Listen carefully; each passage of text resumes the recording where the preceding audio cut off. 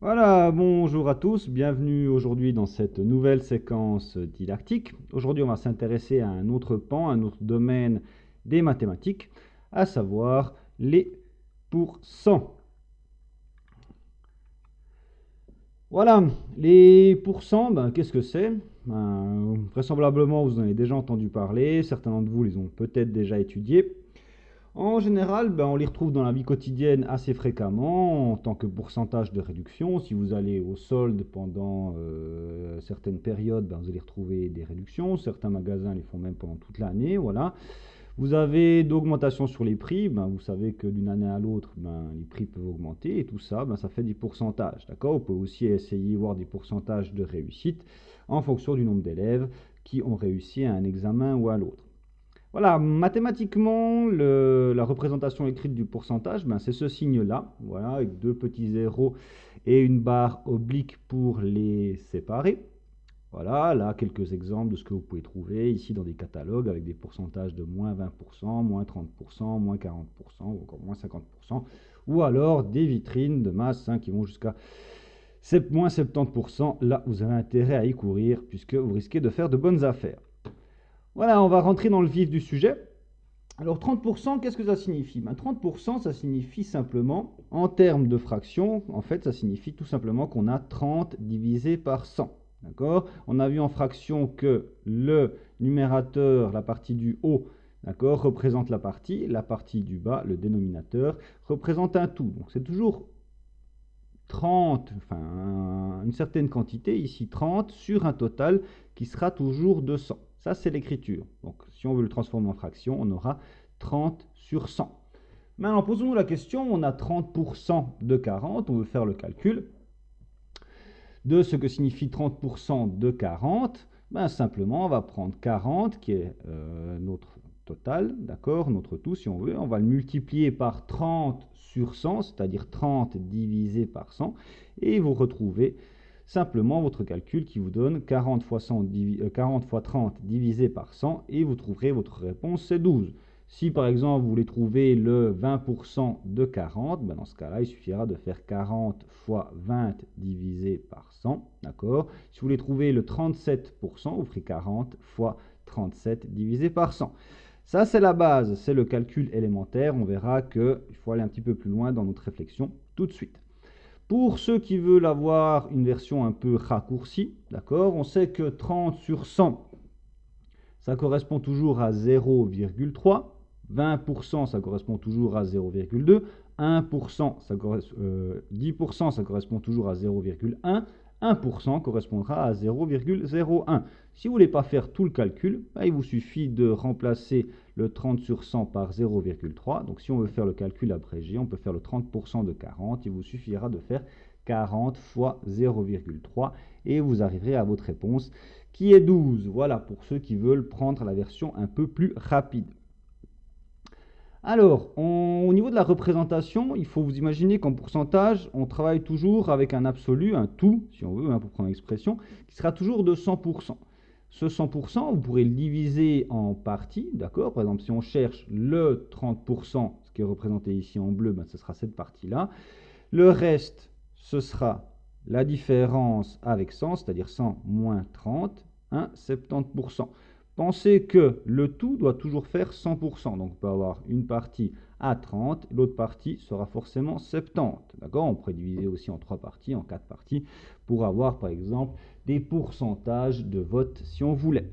Voilà, nous, on va en rester pour l'instant à des aspects plus pratiques. Voilà, et pour affronter tout ça, pour affronter les problèmes qui ont un lien avec les pourcentages, moi je vous conseille d'opérer de la sorte. Donc vous construisez toujours un tableau, dans un tableau avec 4 cases vierges et des étiquettes. Ici, vous voyez en haut les valeurs, les pourcents, une partie et un tout. Avec ce tableau-là, vous pouvez en gros affronter tous les problèmes qui ont un lien avec les pourcents. Donc voilà, il y a déjà une chose qu'on peut mettre au départ, et ça, ce sera valable tout le temps. D'accord? On peut insérer une valeur directement au départ dans notre tableau. Vous l'aurez compris, c'est le tout, comme on l'a expliqué maintenant, qui sera toujours de 100%. ici, puisque c'est un 100%, en pourcent, le tout est toujours 200. Si on travaille avec des angles, le tout serait 360, et ainsi de suite. Donc pensez toujours à mettre directement ce 100, qui est une valeur qui est essentielle quand on travaille avec les pourcents.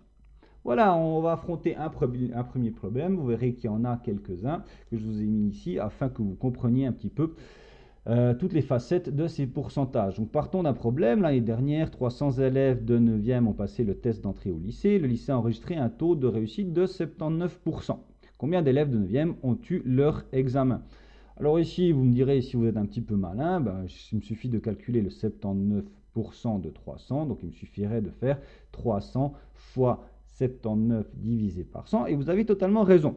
Or, le problème, c'est que vous verrez que certains problèmes des pourcents, on ne peut pas les affronter aussi directement et que le tableau nous sera bien utile.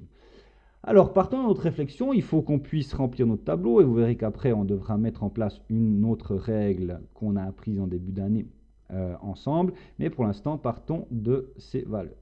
Alors, comme toujours, vous mettez votre 100 sous tout et pourcent. D'accord. Ensuite, voilà, on a nos données, ici on a 300 élèves, il faut vous poser la question, est-ce que ces 300 élèves, c'est une valeur, on le sait, puisque ce n'est pas un pourcentage, c'est une valeur, est-ce que cette valeur c'est une partie ou est-ce que c'est un tout? C'est-à-dire, est-ce que ce sont les 300 élèves qui étaient là au départ et qui ont passé le test, ou est-ce que c'est le taux de réussite, c'est-à-dire le nombre d'élèves qui ont réussi leur examen? Ici, par déduction, c'est une question de compréhension, vous voyez que les 300 élèves ont passé le test, donc c'est le tout qui était là au départ. Donc logiquement, on va mettre ça dans partie valeur, dans partie tout, excusez-moi, ici en bas, comme la flèche vous le montre. Maintenant, il nous reste une donnée qui est ce 79%. Vous voyez, c'est 1%, on ne doit pas réfléchir très longtemps. Donc on met ça dans pourcent et partie, puisque le tout sera toujours représenté par notre 100. Voilà. Là, ça devrait vous sauter aux yeux. Donc, vous avez 3 éléments. Vous savez maintenant qu'il y a une opération qu'on peut mettre en place pour affronter ce genre d'opération. Il suffit de mettre en place notre fameuse règle de 3. Donc, je vous rappelle, on multiplie les opposés, on divise par celui restant. Donc, ici, on aura notre calcul 300 fois 79 divisé par 100. Et on arrive à 237 élèves. Voilà pour un premier problème que vous n'étiez pas obligé d'affronter avec le tableau. Mais à titre d'exemple, pour son utilisation, ça me semblait utile. Voilà, passons à un autre type de problème. Vous verrez qu'ici, on ne peut pas le faire directement. L'année dernière, 320 élèves de 9e du collège X, n'importe lequel, ont obtenu leur examen d'entrée. Cela représentait un taux de réussite de 79%. Combien d'élèves de 9e ont passé leur examen? De nouveau, vous construisez votre tableau, vous mettez votre 100% ici. Et ensuite, il faut se poser la question, nos 320 élèves, est-ce que ce sont les 320 élèves qui étaient là au départ et qui ont passé le test, ou ce sont ceux qui ont réussi? C'est-à-dire que si ce sont ceux qui étaient au départ, ce serait notre 100%. Si par contre, ce sont ceux qui ont réussi, ce serait une partie de l'ensemble de départ. Donc, vous voyez ici que par déduction, on va mettre ça dans valeur et partie, puisqu'il ne s'agit pas de tous les élèves au départ, mais de ceux qui ont réussi simplement. Donc, vous insérez votre valeur. Maintenant, on a toujours notre 79%, d'accord? Et celui-là, vous comprenez comme avant par déduction qu'on va le mettre dans nos pourcentages. Il s'agit d'une partie de ceux qui ont réussi. Donc, on va l'intégrer dans nos pourcentages partis. Voilà. Ici, si vous lisez bien la question, combien d'élèves de 9e ont passé l'examen? Donc, on vous demande tous ceux qui étaient là au départ. Donc, logiquement, on va chercher le tout en valeur. Même principe qu'avant, on met en place notre règle de 3. Voilà, on multiplie les opposés, on divise par le terme restant, donc 320 fois 100 divisé par 79, et vous avez la somme, le tout des élèves qui étaient là au départ et qui ont passé l'examen, qui était 405 élèves. D'accord? Voilà pour un deuxième cas de figure qui pourrait se présenter. L'important, c'est vraiment de bien placer ces éléments, les données chiffrées qui vous sont données dans la consigne, et ensuite vous mettez en place votre calcul, et logiquement, vous devriez trouver votre résultat. Maintenant, autre situation, donc on a un monsieur Franck qui a payé un lecteur de DVD 247 francs 50. On vous demande par contre ici la réduction en pourcent, sachant que cet article coûtait au départ 450 francs. D'accord? Une réduction, c'est toujours ce qui vous est réduit par rapport au départ, c'est-à-dire en gros ce que vous gagnez en termes d'argent ou en pourcent par rapport au départ, au prix de départ qui est ici de 450 francs. On met toujours en place notre tableau, ici avec notre 100%. On a 247 francs 50. Il faut vous poser la question, est-ce que c'est une partie, est-ce que c'est le tout? C'est-à-dire, est-ce que c'est le prix initial ou le prix final? Si c'est le prix initial, ce sera forcément un tout. Si c'est le prix final, donc il sera plus petit, ce sera une partie. Ici, vous l'avez compris, le prix qu'on vous annonce, c'est celui que vous avez payé à la fin. Donc, il s'agira d'une partie. Donc, on l'intègre dans la partie, 247 francs 50. Et il nous reste notre 450 francs. Ici, il faut vous poser de nouveau la question, où est-ce que je le mets? Est-ce que c'est un tout? Est-ce que c'est le prix initial ou est-ce que c'est le prix après réduction? Vous l'avez compris, on va mettre ça dans le tout puisque c'est le prix initial et vous l'intégrez à votre tableau. Voilà, tout simplement. Même principe, on met en place notre règle de 3 et on effectue notre calcul. Donc 247,50 fois 100 divisé par 450, on arrive à 55%. Alors, ici, il faut bien qu'on réfléchisse parce qu'on se trouve on se retrouve confronté à un cas de figure qui est un peu particulier. Vous verrez pourquoi. Revenons un petit peu au départ. Donc, je vous ai dit, on a un 100%, toujours. Donc, le tout est toujours pas représenté par 100%. Ici, on a trouvé 55, d'accord? Ce 55, il faut vous poser la question, est-ce que ça correspond au prix final ou est-ce que ça correspond à la réduction? Nous, on a calculé comme s'il s'agissait du pourcentage du prix qu'on a payé à la fin. Or, on nous demande la réduction. Vous voyez, ici, on a ces deux parties, donc une partie à 45%, une partie à 55%. Quelle est la réduction? Est-ce que c'est ce qu'on a payé à la fin, c'est-à-dire notre 55% qu'on a trouvé avant, ou est-ce qu'il s'agit de la partie qui a été enlevée au début? Vous l'avez compris. Ici, on cherche la réduction. C'est ce qui vous est demandé dans la consigne. D'accord? On calcule la réduction. On ne calcule pas à un certain moment ce à quoi correspondent ces 247 francs 50. Donc, il vous faudra faire encore une différence, c'est-à-dire la différence entre notre tout, le 100%, moins la valeur en pourcent de nos 247,5 francs et on arrivera à 45%. Faites attention, ça peut être des situations un petit peu pièges, celle-ci. Hein. Posez-vous toujours la question de ce qu'on cherche. D'accord? On va y revenir incessamment sous peu. Voilà.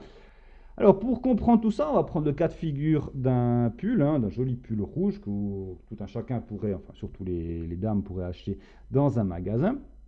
Donc le pull, si vous le payez à sa somme initiale, celle que vous trouvez dans n'importe quel magasin, vous allez le payer la somme totale, donc c'est-à-dire un 100%. Si vous le payez et qu'il n'y a pas de réduction, 69 francs 90, vous l'aurez payé dans sa totalité, donc à 100%. Mais vous pouvez aussi vous trouver confronté un jour à un rabais de 30% par exemple, et vous devrez calculer à un certain moment à quoi ça correspond, ou quel est le prix final. Tout dépend de la question qu'on vous pose. D'accord ? Il faut vous imaginer qu'un peu ce 30%, c'est comme si vous aviez une partie de votre pull, ici en gris, qui vous est offerte, que vous ne devez pas payer. Donc à la fin, vous ne payerez plus que la partie en rouge. D'accord ? La partie qui vous est offerte en gris, ici, correspond aux 30%. Donc c'est la réduction que vous avez eue, c'est ce qu'on vous a enlevé, d'accord, par rapport au prix de 100%. C'est ce que vous ne payez pas, si vous voulez. Et vous avez ensuite ce que vous allez payer ici, donc le prix final qui correspond à 70%. Voilà, on va affronter ce problème-là. Julie achète au solde un pull qu'elle paye 48 francs 95. Calcule le prix qu'elle aurait payé si elle n'avait pas eu une réduction de 30%. Donc ici, il faut vraiment faire attention à ce qu'on vous demande. D'accord? Est-ce qu'on vous demande combien elle a économisé? Donc dans ce cas-là, la réduction. Est-ce qu'on vous demande le prix final? C'est vraiment là qu'à un certain moment, vous pouvez vous tromper lorsque vous mettez vos chiffres dans votre tableau. D'accord? On construit toujours notre tableau. Je vous rappelle qu'on met toujours 100 sous tout et 100 sous pourcent. Donc ici, on a 48 francs 95. Alors, il faut vous poser la question, est-ce que ce 48 francs 95, c'est ce qu'elle paye à la fin ou est-ce que c'est son prix initial? C'est-à-dire, est-ce que c'est un 100% ou est-ce que c'est un pourcentage réduit? Ici, vous l'avez compris, elle l'achète au solde, donc ce n'est pas le prix qu'elle aurait payé en 100%, puisqu'il y a une partie qui lui est offerte, en gros, donc notre 30%. Donc, vous avez compris, on va mettre ce 48,95 dans partie valeur. Voilà, comme je l'ai fait ici. Maintenant, et c'est là que ça peut être dangereux, ce prix final, ce 48,95, il faut savoir à quoi il correspond. Et si vous avez un 30%, vous pourriez être tenté de mettre ce 30 sous les pourcentages. Or, comme vous le voyez dans notre petite image, ce 48,95 correspond en fait au prix que vous payez à la fin. Donc ça ne correspond pas à un 30%, puisque ça c'est la réduction, mais bien à ce que vous payez à la fin. Donc vous l'avez compris, à un 70%. D'accord ? Voilà, vous avez compris. Ici, maintenant, on met en place la règle de 3, comme toujours. Donc, vous faites votre calcul. 48,95 fois 100 divisé par 70. Et vous arrivez à 69 francs 90, c'est-à-dire le prix initial, celui qu'elle aurait dû payer si elle ne s'était pas trouvée en période de solde et qu'elle aurait pu faire de bonnes affaires. Voici la situation. Voilà, on a affronté un peu tout le panel des problèmes qu'on aurait pu avoir. Je vous remercie de votre attention et vous souhaite une bonne journée. D'accord ? Et n'oubliez pas, souriez toujours.